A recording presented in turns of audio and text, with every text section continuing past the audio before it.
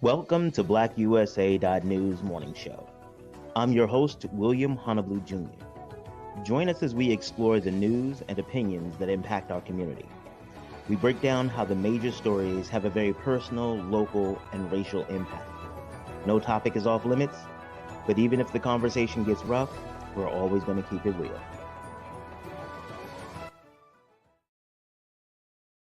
Greetings and salutations, all my people out there in internet land. I am William Honolulu Jr., and I have the privilege and honor of serving as the host of the Black USA News Morning Show. Welcome, welcome, welcome. And you all, we're in for a good time today because y'all know what it is. You know I know dope people, right? I know some of the dopest. And I got one of my dope sisters coming to you today to talk about not just entrepreneurship, but what the entrepreneurship journey looks like, but to really talk about how much of an investment it takes when you relocate your life to pursue your dreams, and what that means about maintaining lives and connections on two coasts. Now, I'm glad she can.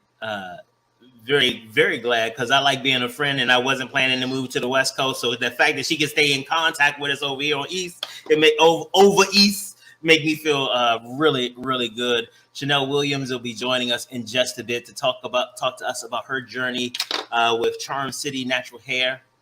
And not just as a hair care artist, but also as a chemist, putting together these products, and a marketer. And so, you know what?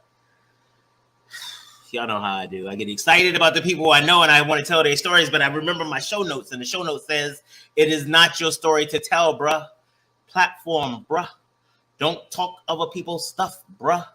I mean, they don't actually say that to me when they go over the show notes, but in my head, it sounds like that, because in my mind, they're a lot more disrespectful than they show up. Like, because I know how disrespectful they are when they talk to other people, and I don't think they're not doing that to me. I think they just not saying it to me, because then, all right, this is probably this is going to get me another show note. See, authenticity and mental health is not a really good thing when you online and recording stuff. Anyway. But we're going to talk to Shanel in just a little bit. But as always, I want to give a big shout out to my team, the super producer, Kyle Crazy Horse Morgan, and our assistant producer, Brandy Raymar, making sure that we have the quality content and we're putting things together to give you the kind of shows that you want and deserve. I want to say a big shout out to Grace Awaka, my personal assistant, more like my handler, because y'all know I'm a little, I get out of hand every once in a while. So you need somebody, whoa, come on. Did you pay this bill? Did you take your meds? Did you eat? Because as a grown up, I don't know about you all, but as a grown up, I forget like life stuff sometimes. Like you get up in the morning, especially if you run a little late, you got to grab this, grab that. You headed to a meeting, and then like 10, 11 o'clock, feel a little strange, like, okay, a little off, but you know what? I'm gonna push through, and like by 2 o'clock, you're like, oh, I was late. I haven't even eaten anything all day. That is a real thing as a grown up. It's a real part of the world that we live in that does not provide the opportunities for us to even think about our own care. We are so focused on the to-do list to get it done that we forget that we are central. Our care and well-being are central in accomplishing anything that we want to. Because if we're not okay, what we're trying to accomplish won't be okay either. Let's see. If you want to be a guest on Black USA News, they'll be scrolling at the bottom of the page. This website you can go to and fill out our guest form, and you can decide whether you want to be on the morning show or any of the other shows. Absolutely. Just fill that out and we will get you hooked up where you need to be. Oh, real quick, I want to, I can't let this go by without telling you all about Breadcoin. We are so happy at Black USA News to have our partnership with Breadcoin. Breadcoin is an organization that takes your donation and turns it into food, not just by giving money directly to individuals. What they do is they take your donations and they convert them to value in these coins. And restaurants and caterers that participate allow people to come and pay for meals with these coins and the value that's associated. I think right now, each coin is worth $250. I wish. Boy, I wish we could feed people with $250 a coin, but it's $2.50. the thing that I really, really appreciate about Breadcoin is that when people go in with Breadcoin to the restaurants, they get to sit there with everybody else. Nobody knows whether they are homeless or whether they have food insecurities, whether they're a volunteer or whether they traded these for money directly to Breadcoin. Nobody knows, and that is an amazing thing. Why? Because that gives people the opportunity to address issues of hunger and still maintain their dignity. Sometimes we ask too much to help people. Sometimes we want them to look poor enough. We want them to be broke enough so that we can feel okay helping them. That's not real help. That's power. That is you feeling magnanimous because you have helped those undeserving wretches. Look how wonderful a person I am. That's not what I'm talking about. I'm talking about making sure that people do not have to sacrifice their dignity in order to get help. And that's one of the reasons I am so happy and proud of BlackUSA News that we're supporting and in partnership with Breadcoin. So y'all know how we do. We make sure y'all know about good stuff. So check out breadcoin.org and make sure that at least just check them out. Doesn't hurt you just to go to their website, breadcoin.org. And just see what they're about. If they're not what I tell you they are, then that's on me. Call me on it whenever. I'm more than happy if they're not who I say they are to you. All right. Y'all know I got to go through my show notes because I get all excited and stuff, especially when I got my people coming on telling you. I mean, yes, we're gonna talk to Shanel and we're gonna find out about hair care and how that works in our society. Oh, sorry. Well, other things, gotta make sure I say all the things before I get in trouble. Don't nobody want to get in trouble. You know that I don't want it. I don't want it. Make sure you all visit Darker Than Blue Grill, 413 North Charles Street. The staff over there is doing amazing things, and you all know that Cowboy Prime Rib is everything. And I don't know if I told you all this. I got the burger from there. So it's Black owned, Black operated. It is, and they do real work in the community. It's not just we're downtown trying to get all the money. They're really about doing business in ways that benefit the Black community. And so we all about that. All right. Let's see. No, I did talk. Okay, all right. Now it's time, ladies and gentlemen, boys and girls, all the way from the West Coast, the People's Republic of California. We are bringing Shanel Williams. Hey, baby, how you doing? How y'all doing? Welcome to the show. So Thanks because I know you're bi-coastal, you know what I mean. So we got people on the East Coast. We got people on the West Coast and people, but there may be people in the Midwest who don't really know you. So take the opportunity and just tell them who you are, what it is that you do. I'm Shanel Williams, also known as Shanel the Crown Adjuster. I am the CEO, sole proprietor, founder, everything of Charm City Natural Hair, as well as Charm City Natural Hair presents Stay Royal, which is my product line. And basically, I'm a healer. I adjust crowns. Let me take the sign down. I got to keep my money right. I'm a mother. I'm a proud mother of 3. I do natural hair, specializing in locks, and I have my own product line. And I am evolving. I am healing. I am growing. I am learning. I am applying. I'm leaving my comfort zone, and I'm stretching myself. So that's who I am. Cool. I mean, I know you a lot more than that, but we're gonna stick to those things because the show notes say I should need to accept parameters that my guests provide and don't just be talking about everything. Okay, so let's get into some of the real pieces of it. So you talk about when you're doing your introduction, you really focused in on the portion of your work that focuses on healing and this idea of crown adjustment. And it sounds like really good marketing, but you and I have talked about this before. Tell them a little bit more about what the healing nature of what you mean when you say adjusting one's crown. When I first started my product line and my business and coming up with everything, I always refer to the head as the crown, and I'm the crown adjuster. So that's kind of where it started. But as I continue to learn and grow and going on my healing evolution, I started to become familiar with the chakras and how the crown chakra is the one that connects you to the Most High, to the Creator, to Source. And if I'm the one that's honored to adjust your crown, then maybe it's me that's helping you to realign and reconnect with the Most High. And that my relationship with God, the Most High, Source, and spirituality is very, very important to me. I don't know where to start with that. It's so vast. I just know that I grew up in a Christian household, grew up in the Baptist church and everything. And that was like the basis and the roots of my understanding of God. And it really grew from there. And it's really, I don't know. I'm jumbling my words. Ask me some more questions so I can make it. I'm with you. But honestly, that was what I was, because we had talked about this before. See, this is the cool part. Y'all don't even understand. I'm trying to remember all the stuff I need to share with y'all, because like she and I go back like babies and pacifiers. I know I say that a lot. We got like 15 years in the game at this point. You feel me? So a lot of the stuff, like I get so excited because I know, and we've had these conversations dozens of times, and I'm trying to remember what part of these people don't know, because I remember I heard that story. And and I wanted to make sure that they understood that you aren't just talking about let me make you what is it? Let me help you slay. I don't know if that's still the thing, or snatch.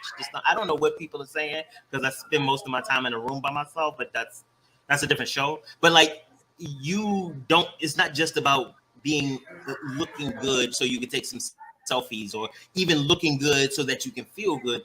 It really is the way that you create your product, the way that you style, though even the conversation and the engagements that you have with your customers are all about creating those relationships, those ties that really help us all heal together. Indeed. And I really have to say big shout out to my clients. A lot of them have become friends and family. And it is in that relationship and in this chair where we get to build. And it's been times we've had sitting in this chair. I've had clients where we've sat and we've cried for the entire appointment. No words. They're crying, I'm crying, and we're crying together. And it's a beautiful moment. We laugh. We talk a lot. We sometimes, depending on the person and how grown up they want to be, we hold each other accountable. And it's a beautiful thing. It's a beautiful thing when you start to recognize your tribe and you draw your tribe to you. And I'm kind of selective about my clients. I'm open to being a healer, but I also realize it may not be for me to heal everybody, and that's okay. And who's supposed to be here will be here, and who's not, that's okay. Like it's no love lost and anything like that, because I do consultations before appointments. And it's part of, it's many reasons, but most of it is to make sure that we're a good fit for one another, because there's plenty, oh my gosh, there's so many talented stylists in San Diego, and I'm honored when people choose me, but I also need to make sure that we're a good match, because I don't want to be drained after adjusting this person's crown. I don't want to give them, and they're not happy and they're not satisfied. And I definitely don't want anybody sitting here wasting their time or money, not being aligned with what I have to offer. So I think the relationship is a big deal to me, like the bonds and the relationships and the connection.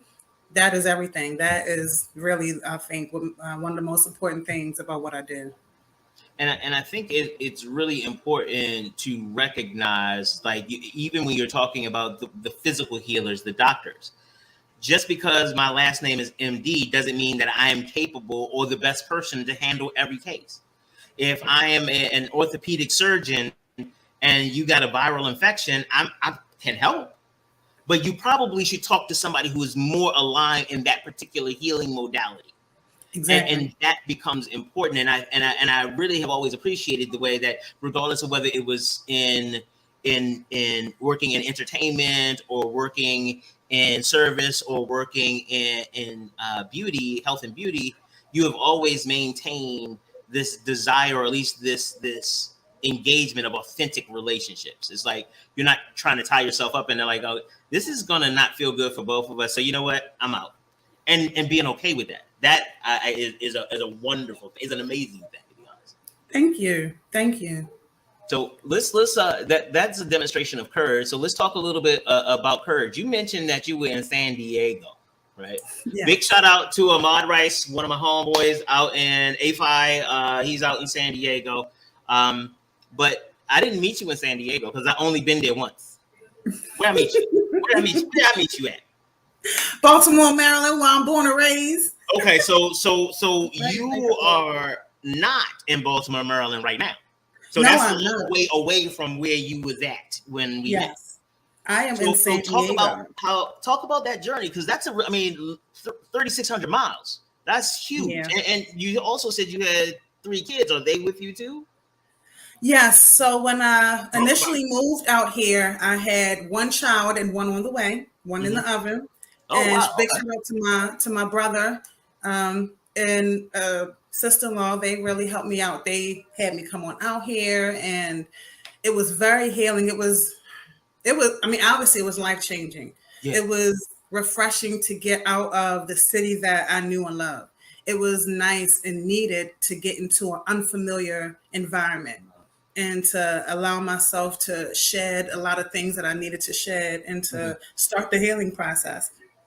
And healing, I'm learning, is ongoing. We may heal from one thing or heal something, but it's always something else that needs to heal. It's always.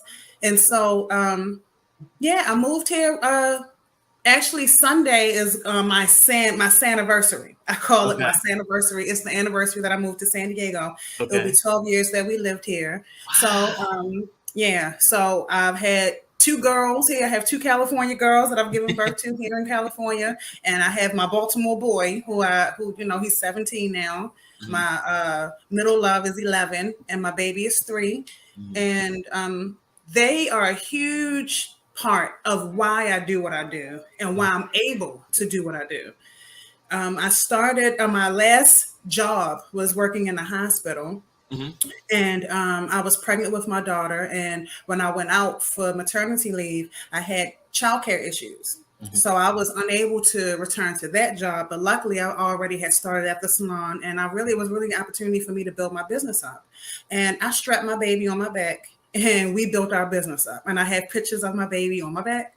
And, and it was a struggle. I was slow. I had to stop and nurse her sometimes. She would cry, and that would be problematic. And, and it was not easy, but I was not going to give up. I didn't have anything else. In my eyes, I felt like I didn't have any other choice. I was going to stick to this. It meant something to me, and it means something to me to be able to be a mother to my children.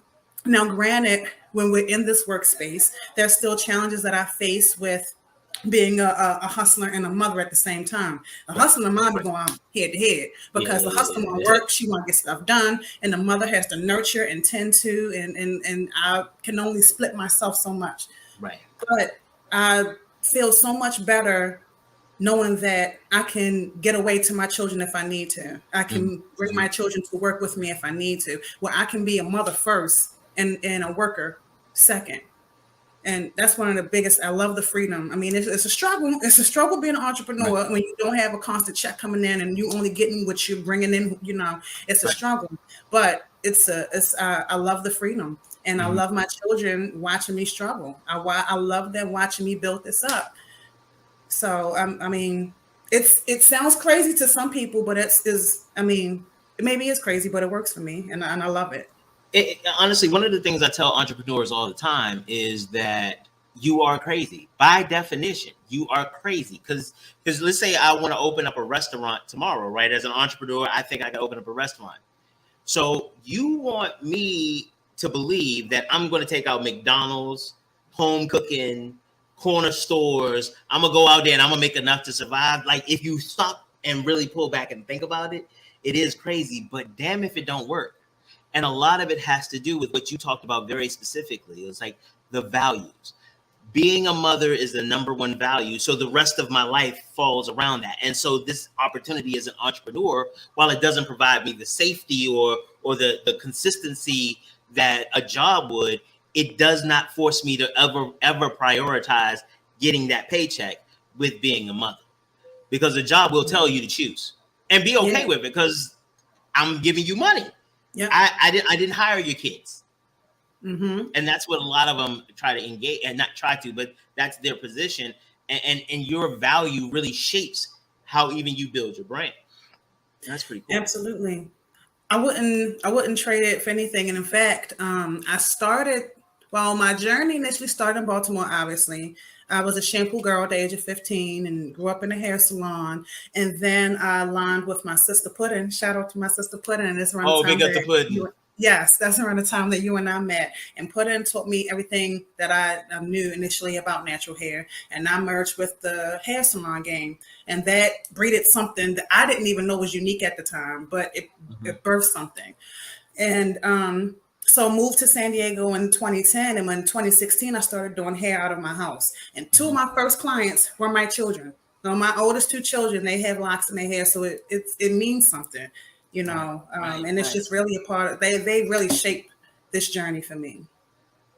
That is awesome.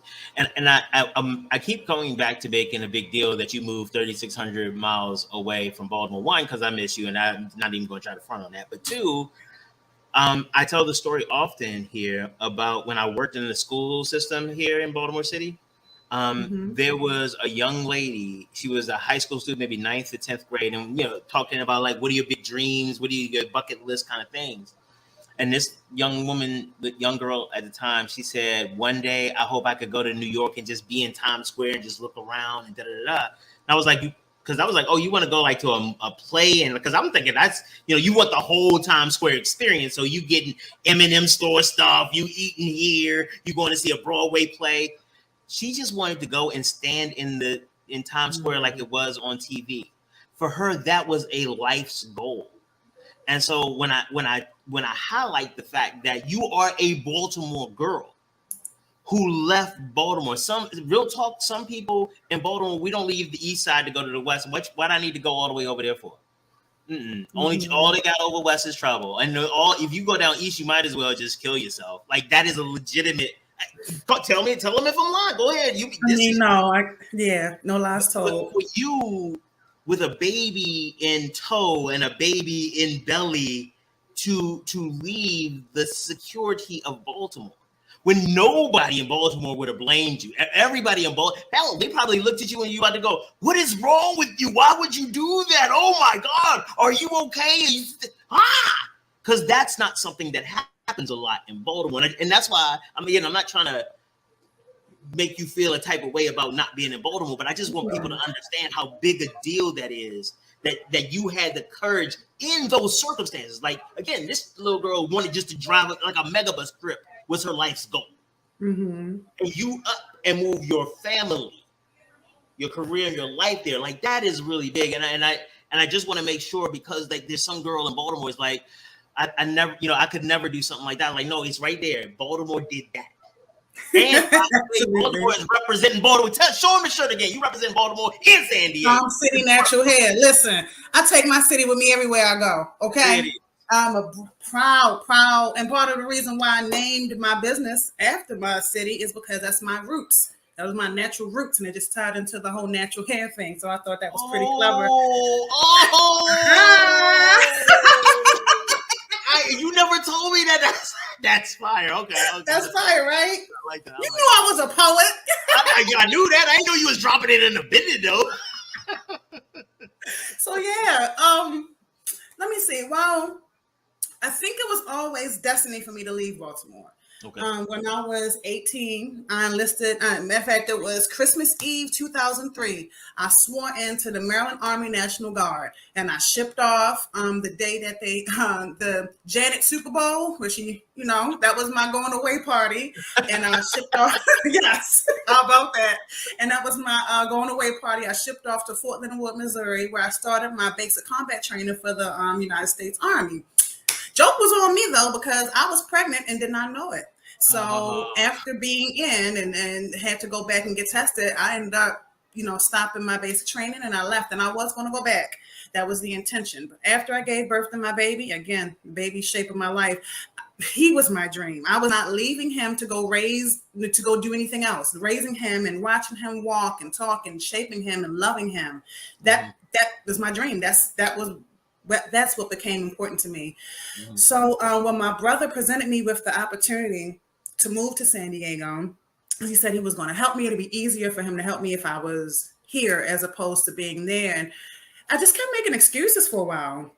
I had just enrolled my son into karate, and I had just certified as a nursing assistant. And I'm like, I'm good, like I'm okay. I got this. And I had a conversation with myself, and I realized the real reason that I did not want to go is because I was scared. So once I knew that fear was the thing that was holding me back, like, oh, you gotta go. You have to go now. And that's the literal conversation that I had with myself. And initially when I came, I didn't think that I was going to stay long. Again, I was pregnant with my middle baby. So I just thought that I was just going to come, get away from the chaos and the drama, have my baby. And then I really thought that I would come back to Baltimore and build my life back up. Real talk? But I did too. I absolutely, when I heard you, I was like, how long is she going to go?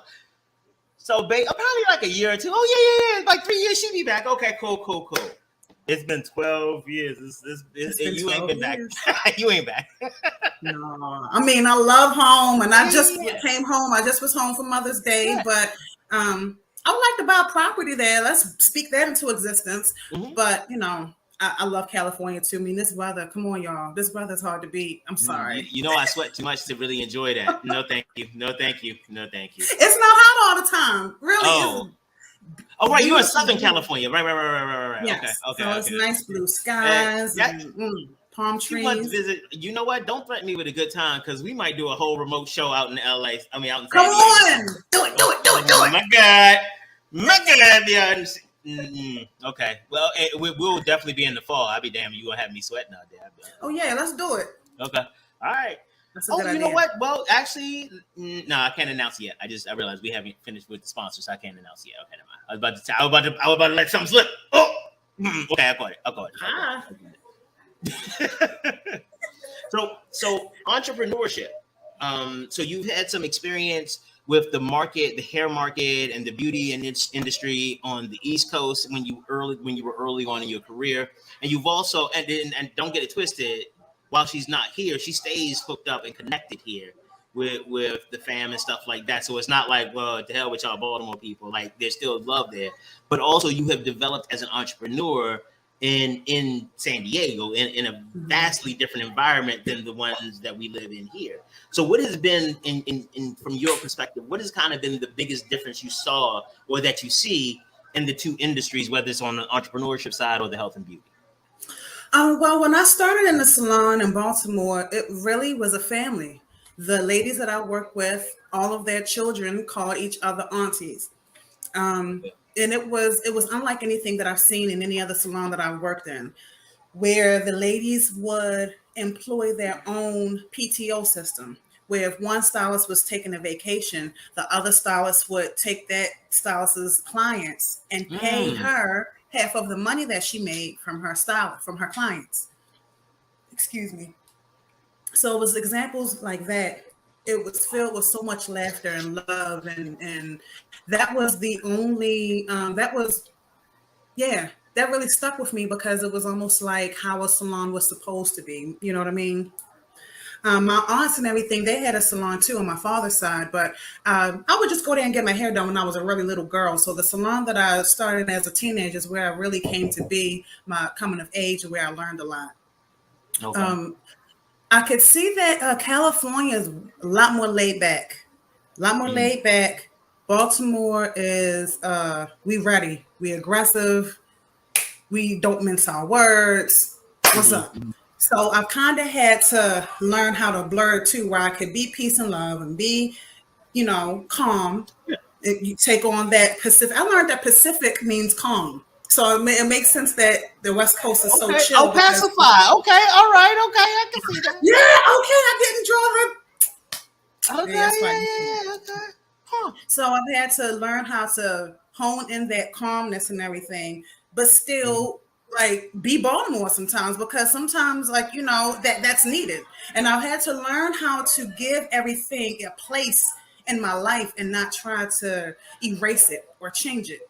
One of the things that I used to talk about with my therapist is something called the passengers on the bus. This is just slipping on. I went and had my hair wrapped up for this, and it is now falling off. But it's still cute though. So we'll go ahead and fix it right quick. It's all good. Okay. So the passengers on the bus, they really talk about the different components, different parts of us. So the passengers on my bus is the bitch. We have the hustler. We have the mom. We have the hippie free spirit, amongst a few other ones. And I used to always want to put the bitch away and try to control her and this, that, and the third.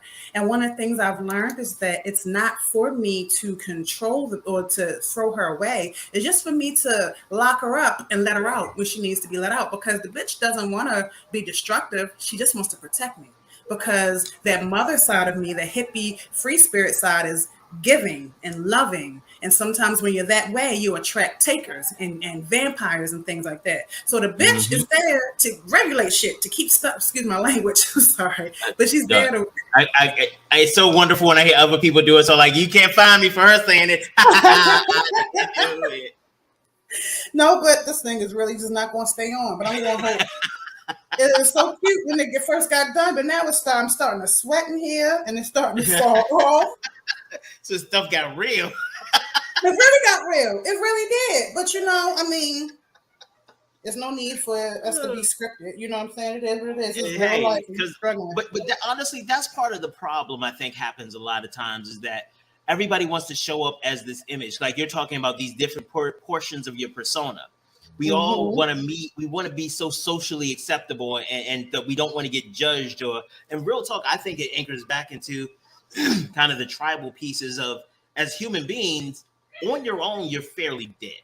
Like in the wild, left to your own devices, a human being by itself.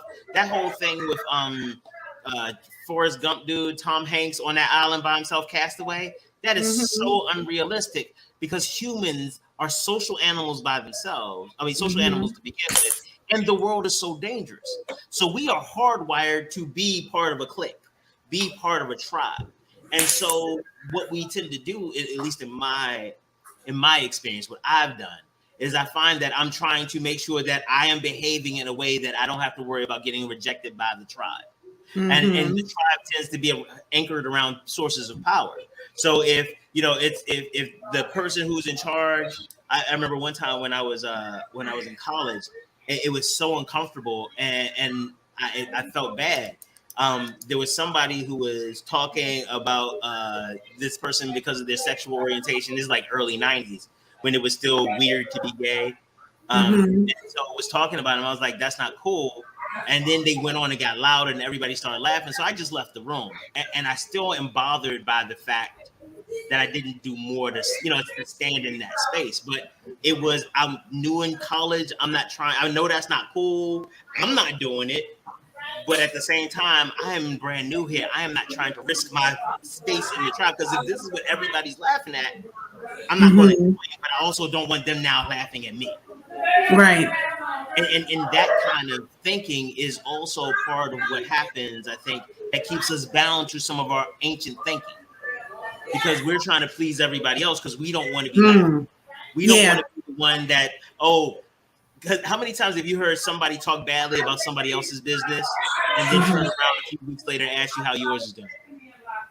Say that last part. I'm in a salon and they starting to get a little loud. You know how black people get in the salon. I was saying, how many times have you ever been like, you talk to somebody about, like, you hear them talking trash about somebody else's business, and then they ask you like, oh, so how was your business going a couple weeks ago? Later, you're like, oh no, I can't tell you the truth. Yeah. And so we learn how to keep secrets even among people who are supposed to be our tribe. Because, and I think, I'm sorry, not to cut you off, but I think that's where your discernment starts to kick in. And that's something that I still struggle with, from time to time. And I'm in a space now where I'm learning how to trust myself.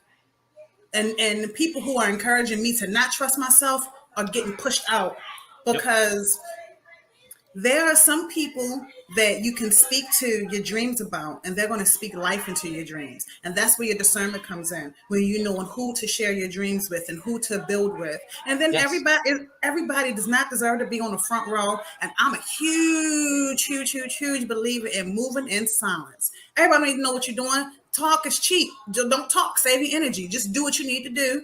And the evidence will be shown. You'll see. It will come to fruit. So I just think it's about using your discernment and asking for your discernment to be strengthened, so that you can. And then even when you make, the I don't want to call them mistakes, but when you come in contact with less than desired results from decisions that you made, I'm saying this to myself too, you really have to take it as a learning lesson. You really have to apply that lesson that very next chance you get, so that it's not a wasted opportunity. But also be careful, and this is one of the things I talk to my clients about all the time. Be careful with the grace and mercy that you extend yourself, because especially for a lot of entrepreneurs, because you understand that it is all on your back, sometimes you do not extend yourself the grace and mercy to learn. It is, you give yourself like, damn, I made this mistake once, I can never make it again. If I'm a failure, I'm so stupid. How could you do this? Remember what happened? Whoa. And one of the things that I challenge many of my entrepreneurs who have that kind of harsh self-talk, I tell them to find somebody else who is their peer, with however you define that, same amount of money, same years of business, same degrees, same thing, whatever it is, your peer, and then imagine you saying that to them. And what a lot of people say, oh, I wouldn't say that. No, because I would somebody who you believe is your peer, you would give them grace and mercy that you are not offering yourself.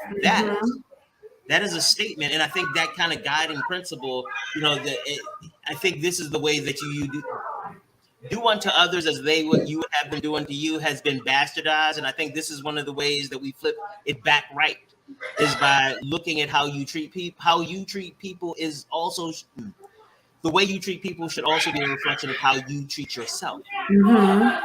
Because sometimes we end up with people that treat outside themselves so wonderfully and treat themselves like shit. Yes. And I think that's where it's misconstrued. I don't believe that we're supposed to treat others better than we treat ourselves, because you can't pour from an empty pot. So you have to keep yourself full so that you can pour into others and have others full. And I just think that, like you said, it's been bastardized. It's been very misconstrued. It's very incorrect. And I constantly have to tell myself that. And one of the things that has taught me to be kind to myself was I was going through a breakup, and it was painful. It was bad. And I did the whole self-critical thing. I should have known. I should have known better. Why didn't I see it coming? I should have. I just kept shitting on myself. I'm going to take this thing off. Give me 1 second. Go ahead. Yeah, go ahead. Take them off. All right, y'all. I did good with my head wrap, but I'm going to come on here with my stocking cap, okay? Okay, absolutely. I feel so much better because it was hot in here.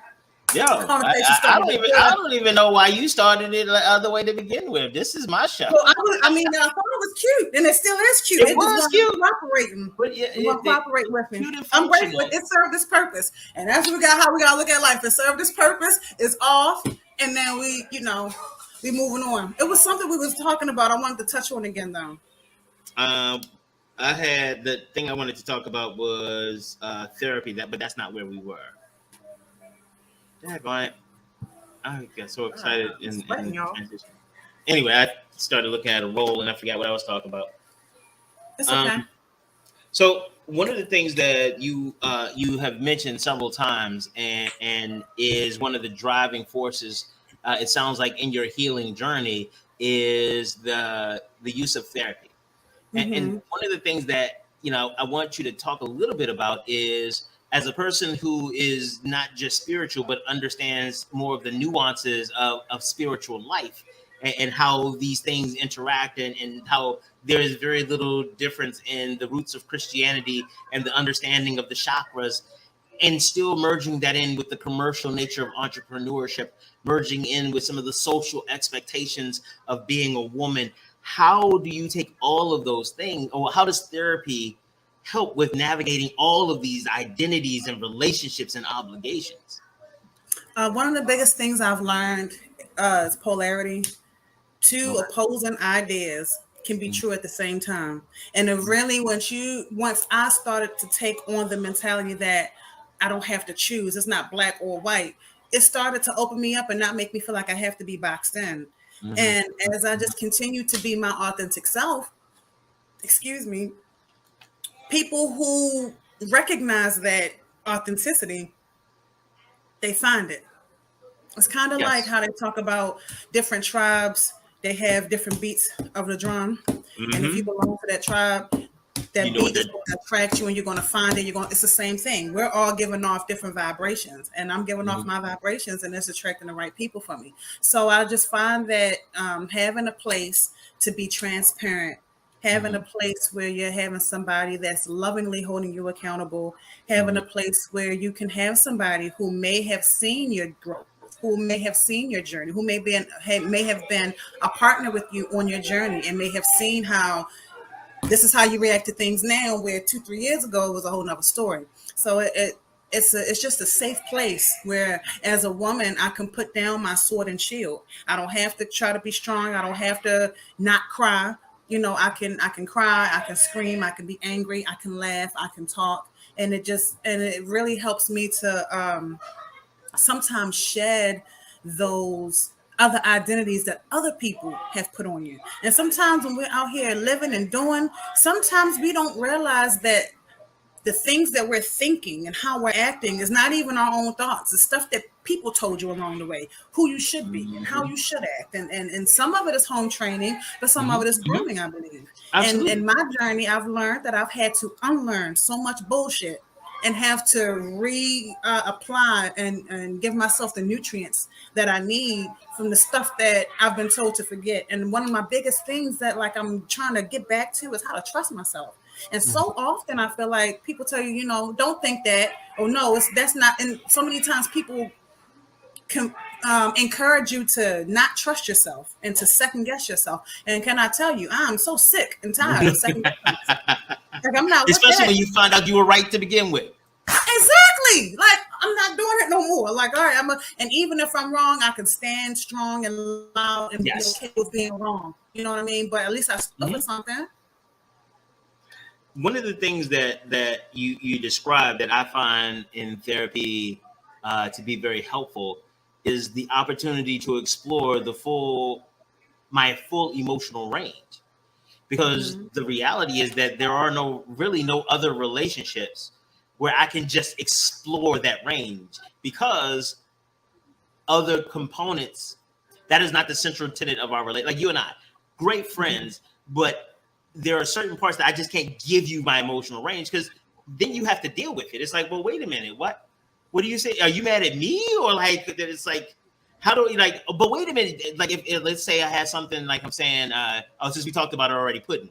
Let's say I'm like, Puddin' is making me angry because she's so wonderful and stuff like that. And I just wish she would be meaner and da-da-da. I'm just so angry. And you're like, but wait, because now you're not in a position to allow me to explore that.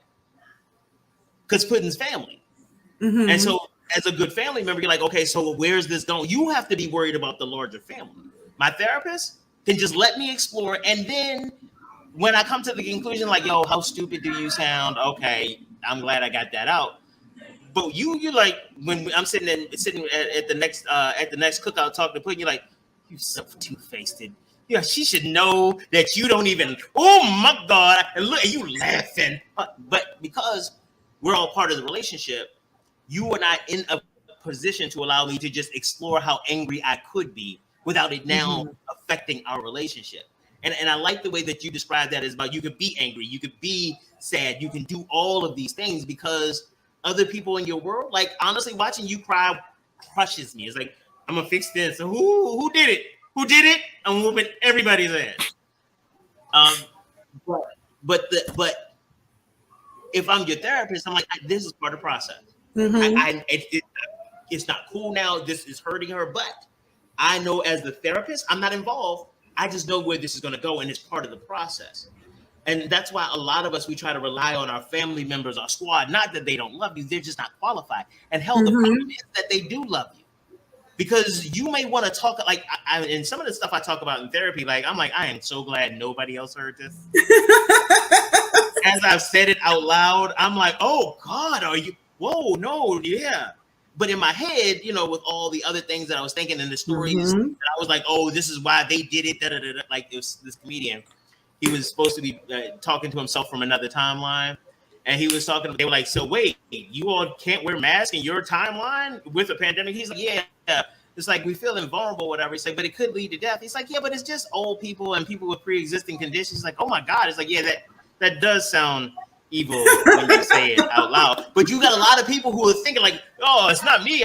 It's like, but when you say it out loud, and that's one of the great parts about a therapist.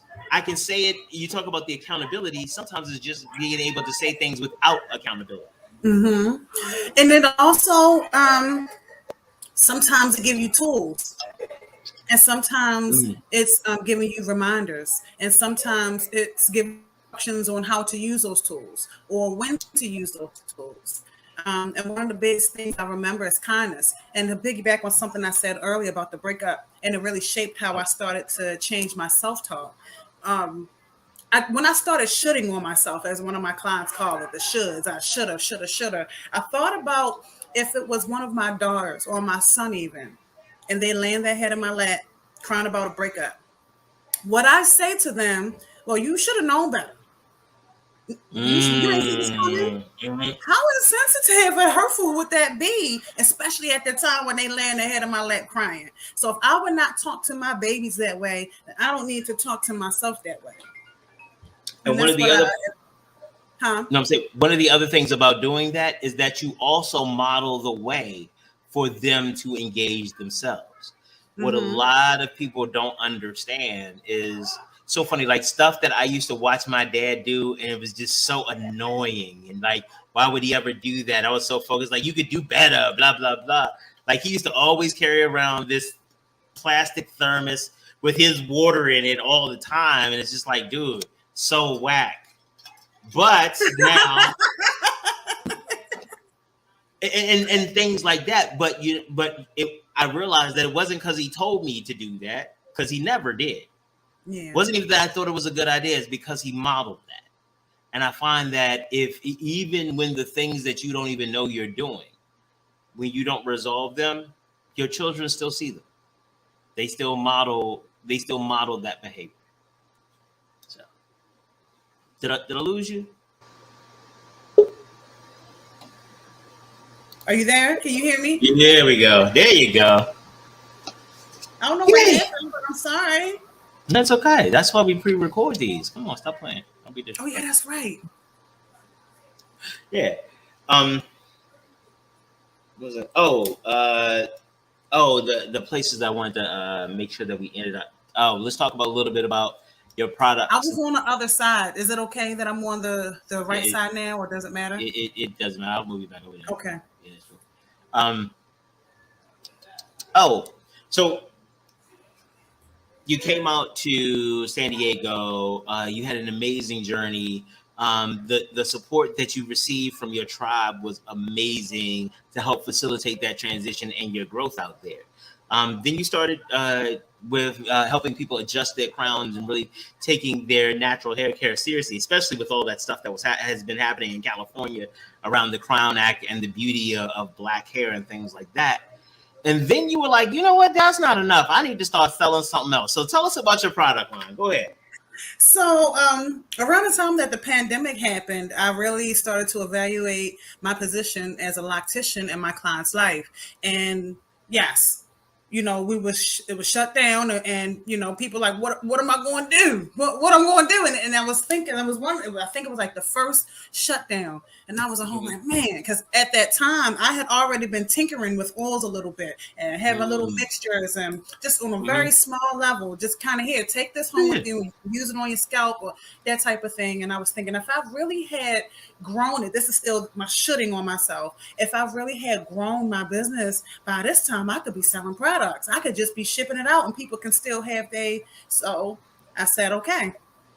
And I just started because I already had some things, and I don't know. I can't even tell you like what's the first thing I did. I just started doing it. I did my research and I started to pinpoint what are my clients' hair needs and try to make sure that I cover those bases. And I just created products that work. I have 2 shampoos, I have 2 rose waters, I have 2 body butters, I have 4 scalp oils and 1 hair oil.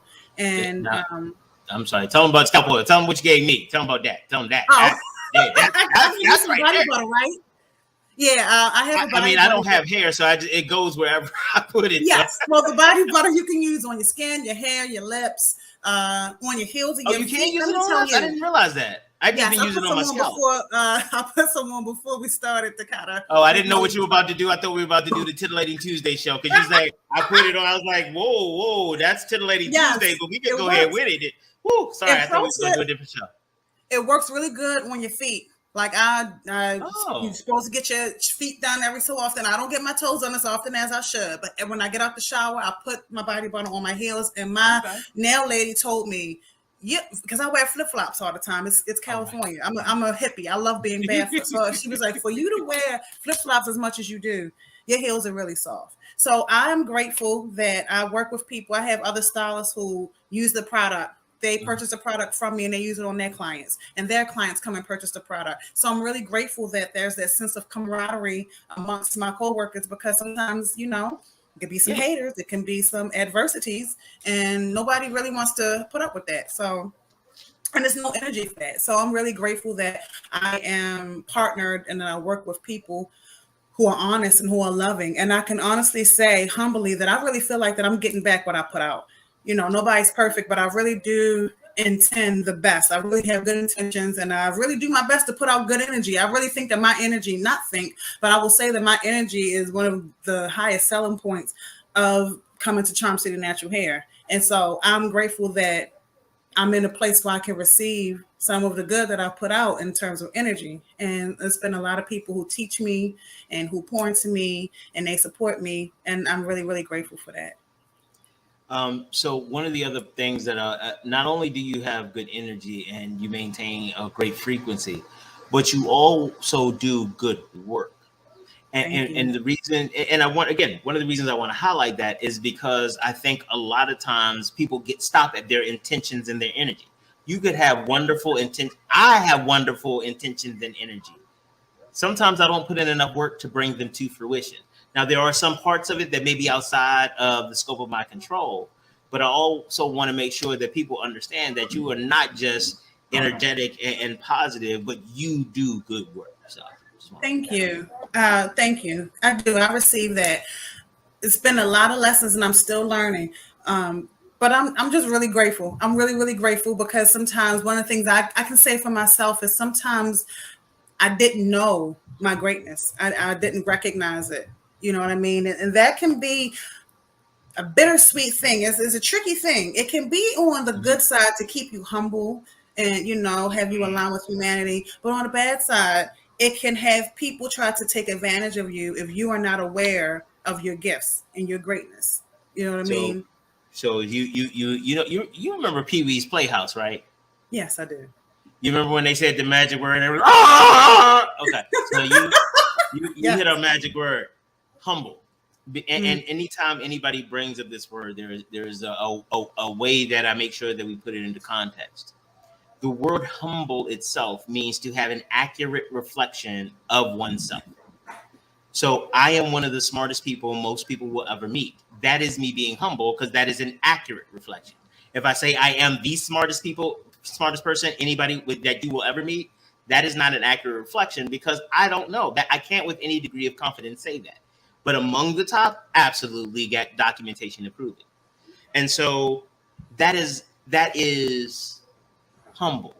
For me to say like, oh, I get by intellectually, I do my best. I'm not, that is not humble. That is humiliation. And while they both have hum to begin with, that is where the similarities stop.